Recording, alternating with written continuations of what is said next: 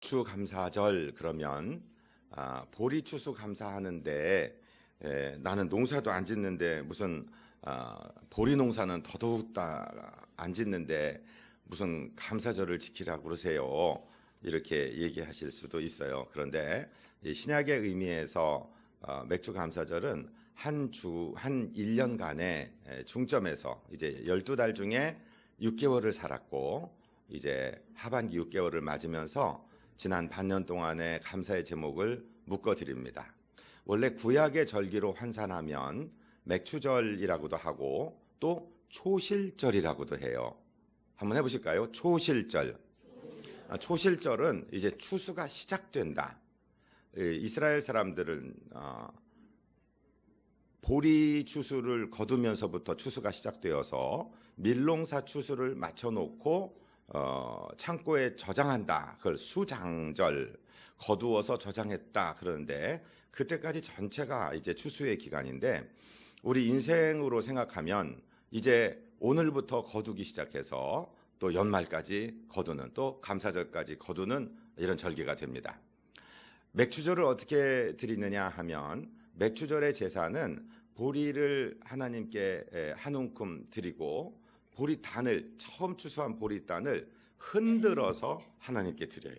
제사 중에 태워 드리는 제사도 있고 부어서 드리는 제사도 있고 가루로 드리는 제사도 있는데 이 요제라는 제사는 하나님께서 햇빛 주시고 비를 주시고 자라나게 하셔서 곡식들이 이렇게 잘 자랐어요 하고 하나님께 흔들어서 드리는 거예요. 하여튼 어떻게 드리든 우리 인생이 감사하는 인생 되시기를 주님 이름으로 축복드립니다. 근데 오늘 우리가 공부하려고 하는 내용은 환난 속에서 정말 죽을 수밖에 없는 고난 속에서도 감사하고 또 이 고난 속에서도 하나님의 놀라운 의미를 깨달았던 우리 신앙의 선배 바울이 고린도 교회에 두 번째 편지를 보내면서 아주 위대한 말씀들을 남겨두었는데 이것을 바울의 신앙 간증일 뿐만 아니라 우리 삶에 적용될 원칙으로 받아들이면 아주 큰 은혜가 넘칠 줄로 믿습니다. 오늘 본문 고린도후서 1장 8절 9절 두 구절의 말씀을 우리 다시 한번 받들어 읽겠습니다.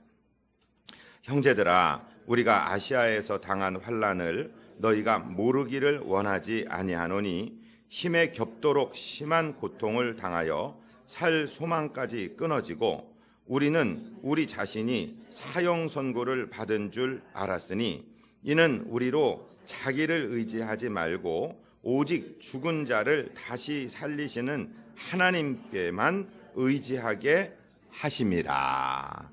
아멘. 오늘 이 편지에서 선교사 사도 바울은 내가 아시아에서 내가 에베소에서 데살로니가에서 얼마나 큰 고통을 당했는지 여러분 알기를 원하는데 내가 이런 고통 당했고 저런 고통 당했고 이러저러하게 힘들었어 라고 표현하지 않고 그저 큰 고통을 당했다. 그런데 이 고통에 대해서 표현하기를 마치 사형 선고를 받은 죄수 같은 기분이었다. 살 소망이 없었다. 이렇게 표현해요. 구체적인 내용 설명은 없습니다. 그런데 하여튼 죽음 일보 직전 우리 흔히 농담으로 쓰는 표현으로 요단강 건너편까지 도달했었다. 이런 얘기입니다. 우리 인생 살다가 하나님 이대로 이렇게 불안하게 이렇게 어렵게 이렇게 힘들게 사느니 그냥 저 좀 데려가시면 어떻겠어요? 이렇게 기도하실 때가 혹시 있으십니까? 아마 그런 기분이었을 것 같습니다. 매우 힘들었고 매우 절망적이었고 어느 곳을 보더라도 소망이 없었던 삶이 바로 전도자 바울의 삶이었습니다. 그런데 이 환난에 대해서 한 단어로 뭐라고 설명하냐면 우리 10절을 잠깐 건너갔다 와볼까요? 그가 이같이 큰 사망에서 우리를 건지셨고 또 건지실 것이며 이후에도 건지시기를 그에게 바라노라. 이 군문에 보면 큰 사망이라는 표현이 나와요. 앞에는 사형 선고를 받을 것 같았다. 그 앞에는 살 소망이 없었다. 전부 죽음과 연관되는 아주 진짜 죽음 일보 직전까지 가고 큰 사망의 위협이 우리를 둘러 감고 있는 것 같은 그런 느낌이었다. 이렇게 표현합니다. 그리고 나서 어떻게 살았다, 어떻게 살려주셨다, 그런 얘기에 대한 설명도 없습니다.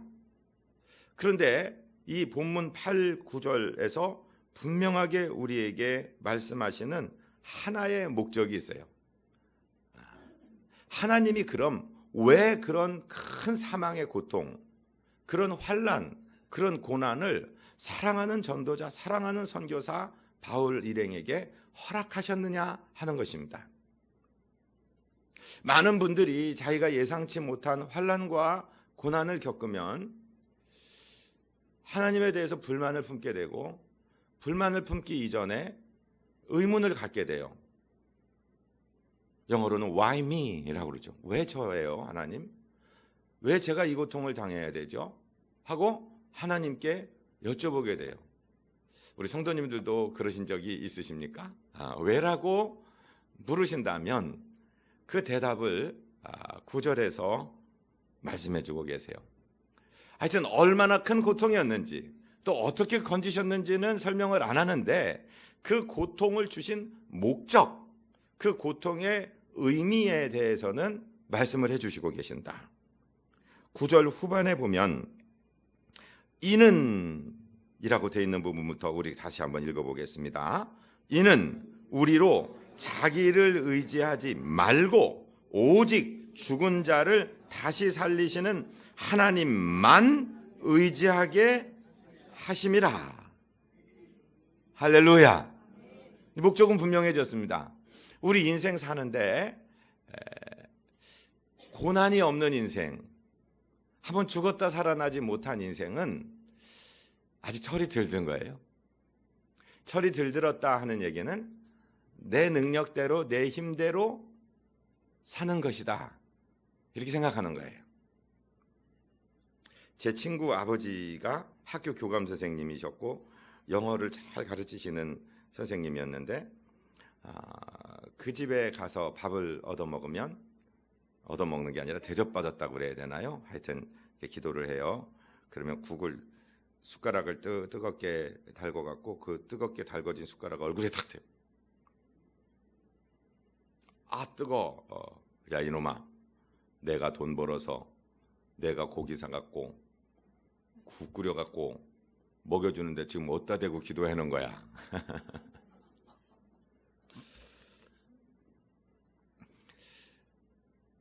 교감 선생님이 되셔도 모르는 분은 모르는 거예요. 아니 내가 열심히 일했잖아요. 내가 열심히 내 청춘을 바치고 땀 흘려서 내가 월급 받아 내가 먹고 내가 사는데 어디다 대고 하나님한테 감사를 뭐하러 해요. 철들기 전에는, 인생이 어떻게 돌아가는지 알기 전에는, 아니 다른 말로 고난당하기 전에는 내가 잘나서 내 능력으로, 내 힘으로 사는 것이죠. 그리고 여기까지 온 것도 내가 왔다. 막 사람들 노래방 가면 노래 부르는 거. And now the end is near.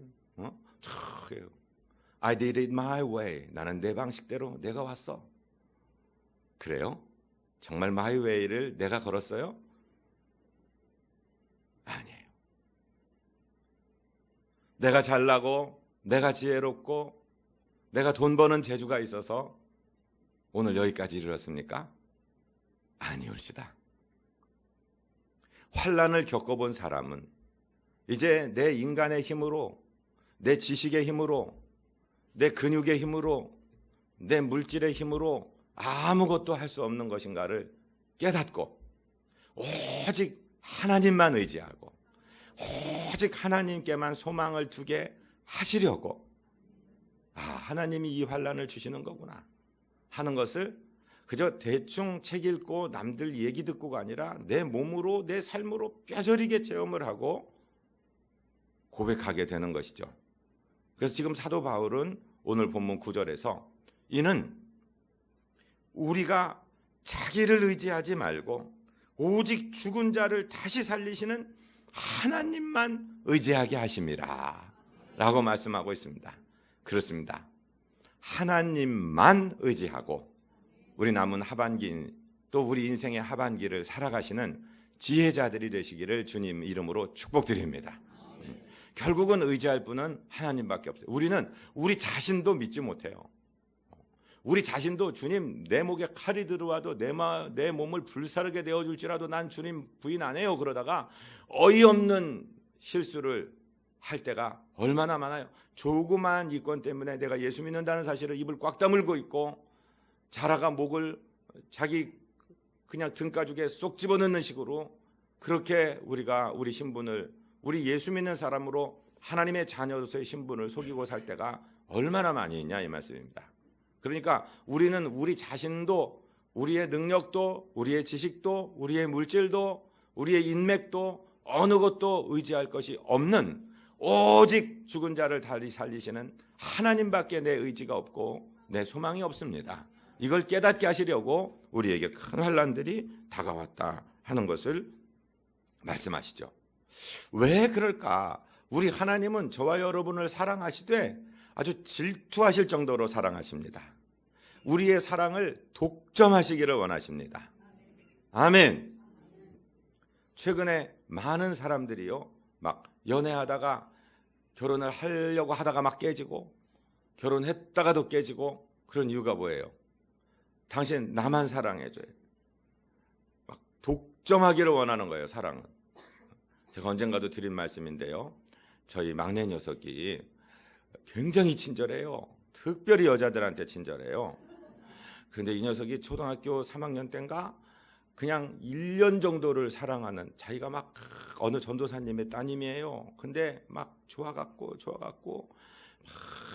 결국 사랑을 고백해갖고 이 친구하고 초등학교 3학년 때 친구가 됐어요. 그 여자친구가 서로 친구하기로 여자친구 남자친구 하기로 허락을 해줬는데요. 그 다음날 그만 딱지 맞고 왔어요. 딱 하루 갔어요. 그래서 왜 그렇게 됐나 했더니 그 여자친구는 이제 네가 너랑 나랑 여자친구 남자친구 1일 그러면 저희 아들이 그 아이만 사랑해야 되는 거예요. 근데 저희 아들은 이 사람대로 사랑하고 모든 다른 여자아이들한테도 친절한 거예요. 잘하는 거예요. 그러니까 그 여자아이가 제 아들한테 가르쳐 준 거예요. 너 그건 여자친구가 아니야.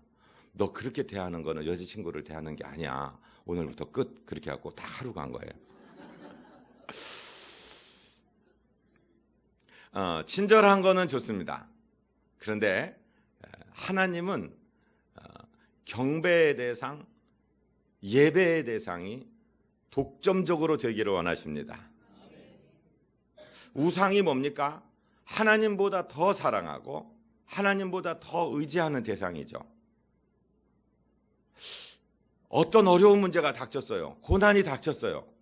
어떤 사람은 예금 통장을 뒤져요. 나한테 돈 얼마 있지? 어떤 사람은 연락처, 전화번호를 뒤져요.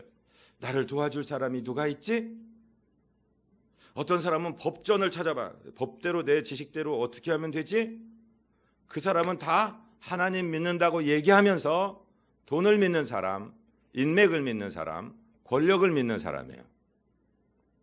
진짜 하나님 믿는 사람은 어려운 일이 닥치는 순간 곧바로 무릎을 꿇게 돼요. 주님밖에 없습니다. 사람은 통로일 뿐입니다. 물질은 도구일 뿐입니다. 하나님이 허락하셔야 제가 살고 하나님이 움직여 주셔야 제가 살 수 있습니다. 나의 모든 소망은 하나님 한 분밖에 없습니다. 나는 인생을 살아가면서 수도 없이 깨지고 터지고 그것 깨달았습니다. 하나님, 주님밖에 없습니다. 오랜 세월 찾아 헤맸는데 돌아와 보니 주님밖에 없습니다. 그것 깨닫게 하시려고 하나님은 우리에게 환난을 허락하십니다. 사랑하는 종들에게 환난을 허락하시고 의인은 환난이 많으나 그 모든 환난에서 건지시느니라 말씀하시는 거예요. 그리고 오로지 하나님 한 분만 바라보는 훈련을 계속해서 시키고 계시는 것입니다. 잠언 3장 5절 우리 같이 읽을까요? 너는 마음을 다하여 여호와를 신뢰하고 네 명철을 의지하지 말라. 너는 범사의 그를 인정하라. 그리하면 네 길을 지도하시리라. 아멘. 매사에 하나님을 인정하라는 거예요. 네 명철을 의지하지 말라는 거예요. 네 판단 의지하지 말라는 거예요. 하나님께 여쭤보고 하나님 음성 듣고 하나님 결제해 주시옵소서. 이사야 42장 8절은 뭐라고 말씀하십니까? 나는 여호와이니 이는 내 이름이라. 나는 내 영광을 다른 자에게 내 찬송을 우상에게 주지 아니하리라. 하나님은 절대로 당신의 영광을, 당신의 찬송을 우상에게 뺏기지 아니하십니다. 여러분 그런 경험 해보셨어요? 내 주변에 돈 있는 사람이 있어요. 내 주변에 힘 있는 사람이 있어요. 그분이 전화 한 통 해주면 아주 간단하게 해결될 문제라서 찾아갔어요. 했더니 그분이 아주 냉랭하게 돌아서는 거예요.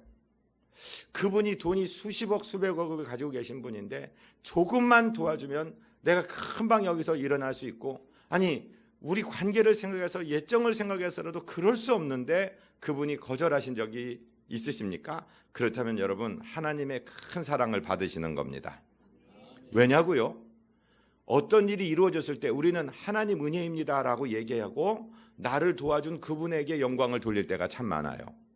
근데 하나님께서는 그 영광을 도둑질 당하지 않으시겠다. 나는 나의 영광을 우상에게 뺏기지 않겠다. 우리의 사랑을, 우리의 영광을 온전히 독점하시기를 원하시는 하나님이십니다. 그래서 어떤 때는 저분이 나를 좀 도와주면 정말 쉬울 텐데, 저분이 전화 한 통만 해주면 이게 간단하게 풀릴 텐데 어쩜 저럴 수가 있지, 세상에 믿을 사람 하나 없어, 이렇게 돌아설 때에 하나님의 뜻을 발견하시기를 바랍니다. 하나님께서 하십니다. 하나님께서 역사하십니다.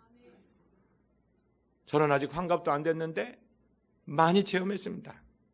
왜냐하면 하나님이 당신의 영광을 절대 우상에게 뺏기지 않으시니까.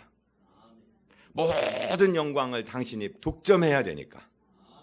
이 인생의 비밀을 빨리 발견하게 되시기를 주님 이름으로 축복드립니다. 출애굽기 34장 14절, 너는 다른 신에게 절하지 말라. 여호와는 질투라 이름하는 질투의 하나님이니라. 어쩜 이렇게 남녀 관계처럼 설명을 하실까요? 하나님이 우리 영광을 그렇게 독점하기를 원하시고, 그래서 하나님이 우상 숭배를 가장 싫어하십니다. 하나님이 죄 중에 가장 크게 여기는 죄는 우상 숭배입니다. 여러분 일편단심 하나님만 섬기시는 지조 있는 신앙인들 되시기를 주님 이름으로 축복드립니다. 그런데 하나님께서 우리를 건져주신다고 오늘 바울을 통해서 말씀하십니다. 여러 번 반복해서 말씀하십니다.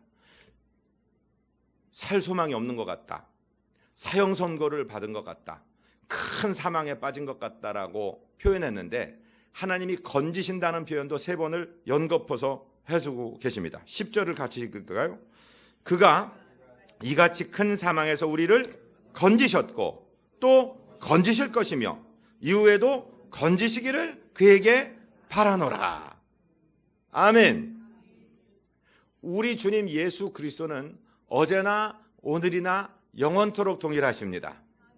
그런데 말씀이죠. 오늘 본문에서도 과거에서도 생각해 보니까 환란이 있을 때 하나님이 건지셨고, 지금 이번 케이스 내가 지금 겪는 문제도 건지실 것이며 이후에도 장래에도 건지실 것을 확신하고 있습니다. 믿으시기 바랍니다.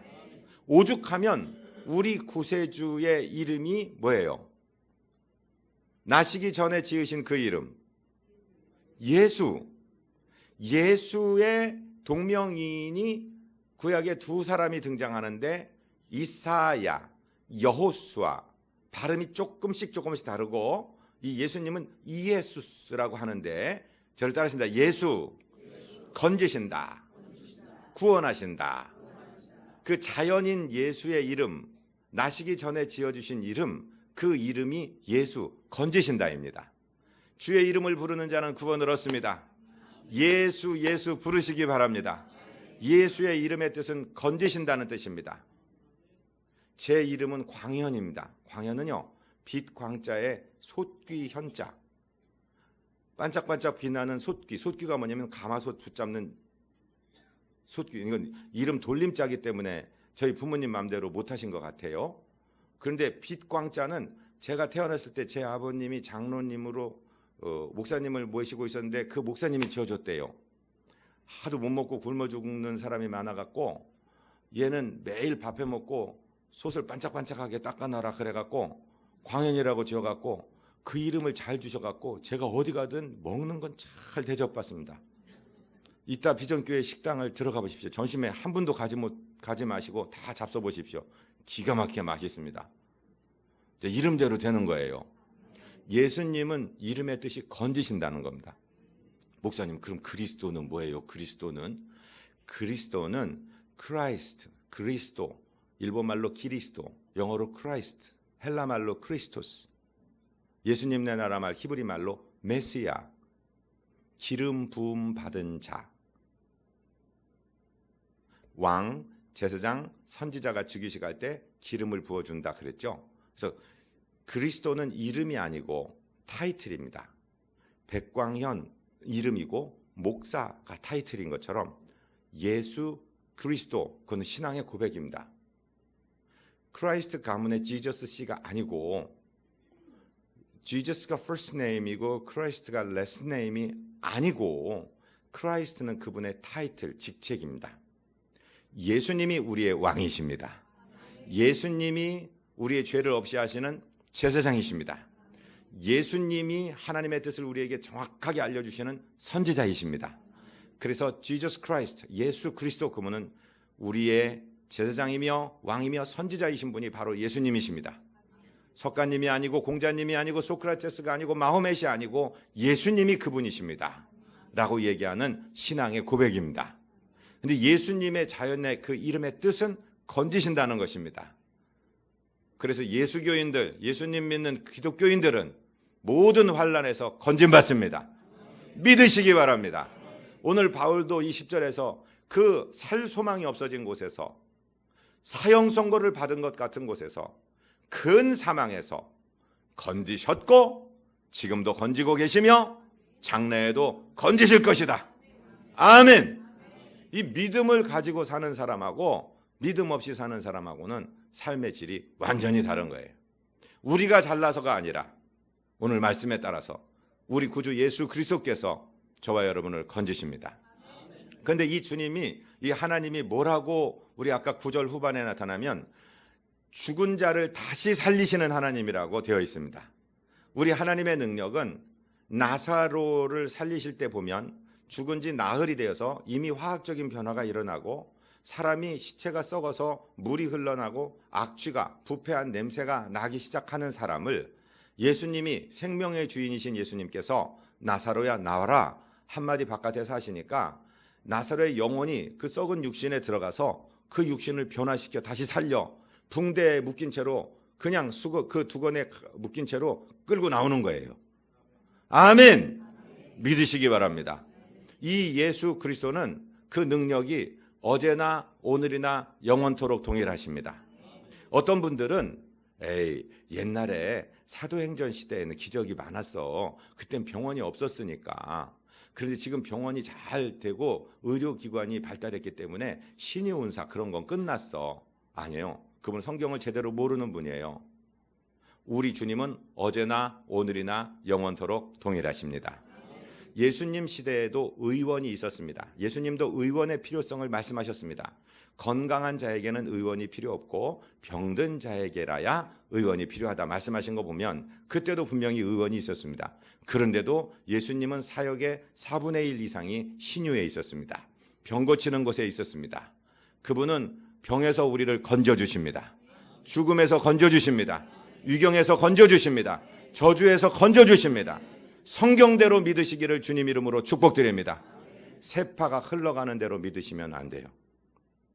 목사님들 중에서도 여러분들이 우리 한국교회도 분명히 그러겠지만 미국교회, 영국교회 그랬던 것처럼 동성애에 대해서 지적하다가 살그머니 이제 대세가 그런 거를 인정하고 소수자의 인권보호라는 명분으로 그걸 인정할 테니까 이제 목사님들도 그런 소리 못하고 입 다물게 될 걸, 그러니까 애초부터 그런 소리 하지 말어, 그런 말들 하는 분들이 참 많은데 정말로 모르는 분들이 하시는 말씀인 줄로 믿습니다. 그러면 우리도 미국 교회, 영국 교회처럼 같이 죽어갈까요? 영국 런던 시민의 95%가 예수 믿고 65%가 주일날 예배드렸습니다. 2004년 전까지요. 그런데 2004년에 이퀄리티 액트라는 평등법이라는 것이 통과되고 난 다음에 소수 종교자들, 소수 그 LGBT 같은 사람들 공격하지 말라. 그게 평등이고 그게 하나님 뜻이다는 식으로 잘못 가르친 결과 지금 현재 런던 시민 중에 주일 지키는 사람은 2.5%입니다. 15년 지났습니다. 15년도 안 됐습니다. 둑이 하나 무너지면 거기서 끝나는 게 아니고 완전히 구멍 하나 났는데 둑이 완전히 무너져 내리는 것입니다. 뒤에 있는 사단의 계략을 우리는 봐야 됩니다. 여러분 성경대로 믿게 되시기를 주님 이름으로 축복드립니다. 신앙은 시조에 따라서 흔들리는 것이 아닙니다. 성경 말씀이 그래서 중요합니다. 어떤 어려운 환란이 있어도 주님이 과거에도 건지셨고 지금도 건지고 계시며 미래도 건지실 줄로 믿게 되시기를 바랍니다. 이 주님은 사망에서 건지시는 하나님이십니다. 죽은 자를 살리는 하나님이시고 없는 것을 있는 것처럼 부르시는 주님이 우리 하나님인 것을 믿게 되시기를 주님 이름으로 축복드립니다. 병원이 있고 약이 있고 의료기관이 아무리 발달해도 하나님은 신유로 고치십니다. 하나님은 오늘도 의사의 손을 통해서도 고치시고 약을 통해서도 고치시고 그 모든 것들, 그 모든 제도들 하나님이 주관하셔서 고치고 계십니다. 저는 제 주변에 의사들이 많이 있어요. 친구들이 많이 있어요. 그분들 항상 기도하고서 치료해요. 기도하고 수술해요. 그분 중에 한 분이 최근에 만나서 그러는 거예요. 그분은 아주 대한민국에서 허리하면 최고 권위자인데 있지 목사님들을 고치면 마음이 편해. 그리고 집도 수술을 들어가기 전에 마취 전에 내 손을 붙들고 목사님들이 기도를 해줘. 그러니까 내가 기도 받는 거 아니야? 맞아. 이 손에 인수를 베풀어 달라고 기도하니까 나도 수술이 잘 되고 회복도 그분들이 훨씬 빨라. 하나님이 고치는 걸 믿으니까. 할렐루야. 믿으시기를 주님 이름으로 축복드립니다. 여러분 약도 하나님이 만드신 것이고 의사 선생님도 하나님이 만드신 것이고 병원도 하나님이 쓰시는 것이고 그럼에도 불구하고 신유의 은사는 계속해서 역사하는 줄로 믿으시기 바랍니다. 어떤 분들은 잘못 생각해서 야 구약 먹고 신약 먹으면 되지 무슨 약은 약이야 이러는데 그러시면 안 돼요. 약 잡수세요. 애기 아파서 해열제 하나 줄 때도 하나님 이 해열제가 애기 몸에 들어가지만 부작용 없이 하나님 은혜로 이 약효만 나타나기를 축복합니다. 이 약을 축복합니다. 그러고 주세요. 제가 처음에는요 막 항암제를 맞는데 처음 맞을 때 막 쇼크가 와서 막 난리를 쳤어요. 이걸 받아야 되는가 안 받아야 되는가 막 그러는데 생각을 바꿔먹고 두 번째부터는 여러분들 기도를 많이 해주셨잖아요. 처음에 30분을 호흡이 안 되고 몸이 와달와달 떨려갖고 첫 번 항암하다가 끝쳤어요. 근데 두 번째 항암할 때는요 기도를 성도들이 해주시고 막 전국에서 기도를 해주시고요. 그리고는 제가 항암제 들어갈 때 항암제를 축복하는 거예요. 축복받은 약제야. 네가 내 몸에 들어가서 너의 사명을 다하고 나오기를 축복한다. 물론 이게 성경적인지 아닌지 모르겠어요. 물질에 대하여 기도하니까. 그런데 주님은 무화과 나무한테 평생에 이 이상 너에게서 열매를 따지 못할 거다 그러니까 그 다음날 말라버렸잖아요. 자연에 대해서도 명령하시는데 약에 대해서 명령 못할 게 뭐 있어요. 예수 이름으로 너를 축복한다. 약제들아 들어가서 작용을 잘하거라. 저는 첫 방 맞았을 때 이미 끝난 걸 알았습니다. 왜냐하면 두 번 항암하고 펫시티라는 거를 찍는데 제 주치의가 들어와 갖고 5등급으로 나눈다면 1등급 최고로 좋습니다. 그럼에도 불구하고 이 6차례 항암은 1세트이기 때문에 다 끝내야 됩니다. 알았습니다. 그러는데 여러분 하나님 은혜로 4세트하고 그냥 완치 판정을 받았습니다. 할렐루야. 하나님 믿으십시오. 우리 주님은 과거에도 건지셨고 지금도 건지고 계시며 장래에도 건지실 줄로 믿습니다. 질병만 그러겠습니까?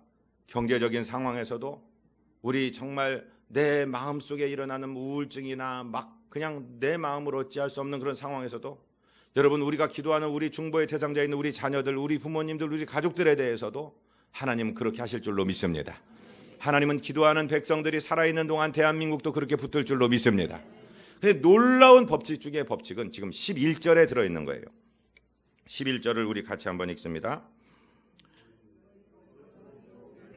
우리를 위하여 간구함으로 도우라. 이는 우리가 많은 사람의 기도로 얻은 은사로 말미암아 많은 사람이 우리를 위하여 감사하게 하려 함이라.